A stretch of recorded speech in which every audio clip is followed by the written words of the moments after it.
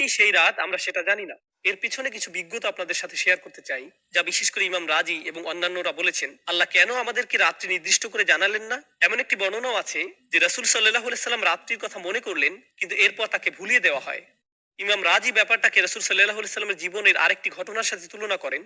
এক ব্যক্তি ঘুমাচ্ছিল। রাসূল সাল্লাল্লাহু আলাইহি সাল্লাম আলী রাদিয়াল্লাহু তাআলা আনহুকে বললেন লোকটিকে নামাজ পড়ার জন্য জাগিয়ে দিতে। তো আলী রাদিয়াল্লাহু তাআলা আনহু লোকটির কাছে গিয়ে তাকে নামাজের জন্য জাগিয়ে দিলেন। আলী তখন জিজ্ঞেস করলেন, সাধারণত আপনি নিজেই এই ধরনের কাজ করতে পছন্দ করেন, আপনি আমাকে কেন করতে বললেন?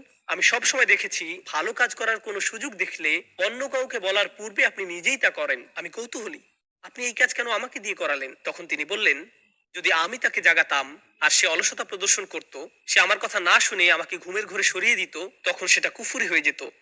সে যদি তোমার প্রতি বিরক্তি প্রকাশ করত, তাহলে প্রমাণ হতো সে শুধু অলস। সে যদি আমার কথা না শুনতো, তাহলে সেটা অনেক বড় একটা ব্যাপার হতো। ও আলামু আন্না ফীকুম রাসূলুল্লাহ।